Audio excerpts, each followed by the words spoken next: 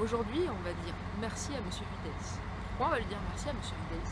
Ben, c'est très simple. Ici, on est à la gare de Guéret, dans la Creuse. Et alors, sur cette ligne, il n'y a pas longtemps, il y avait un intercité qui reliait Bordeaux et Lyon qui passait ici.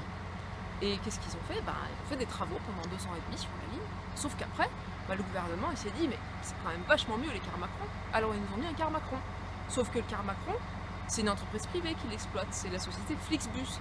Et la société Flixbus, la continuité du service, l'égalité des citoyens, en fait, elle en a rien à fiche. Ce qu'elle veut, c'est faire du profit. Alors, comme elle a trouvé que c'était pas assez rentable, elle a fermé la ligne de car. Alors du coup, on n'a ni car ni train pour se rendre à notre capitale régionale, Bordeaux. Alors, bon, on va encore lui dire merci pour une autre chose à Monsieur Videlis, parce qu'ici, il y a des TER qui passent. Sauf que Monsieur Videlis, il a dit qu'il fallait mettre en concurrence les TER avant 2019. Pourquoi avant 2019? Eh bien parce qu'en 2019, c'est l'Union européenne qui va nous obliger à ouvrir à la concurrence toutes nos lignes de transport intérieur. Donc ça veut dire quoi? Ça veut dire que c'est des entreprises privées qui vont s'en occuper, et les entreprises privées, ben, elles vont choisir de s'occuper des lignes rentables, et puis les autres, elles vont les laisser. Donc on n'aura bientôt plus non plus de TER sur nos lignes.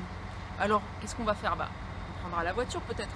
Mais là aussi on peut dire merci à Monsieur Videlis. Parce que la voiture, parfois on prend l'autoroute. Et qu'est-ce qu'il a annoncé Monsieur Videlis sur les autoroutes? Eh bien dimanche il a annoncé qu'il fallait refaire un nouveau plan de modernisation de 1 milliard d'euros sur les autoroutes. Et qui c'est qui va payer ça?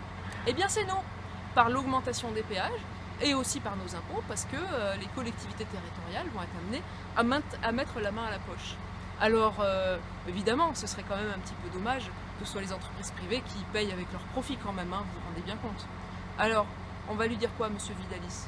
Eh ben, on va pas lui dire merci, et surtout, l'an prochain, on va utiliser une putain de vote de la France Insoumise avec notre candidat Jean-Luc Mélenchon, parce que maintenant ça suffit.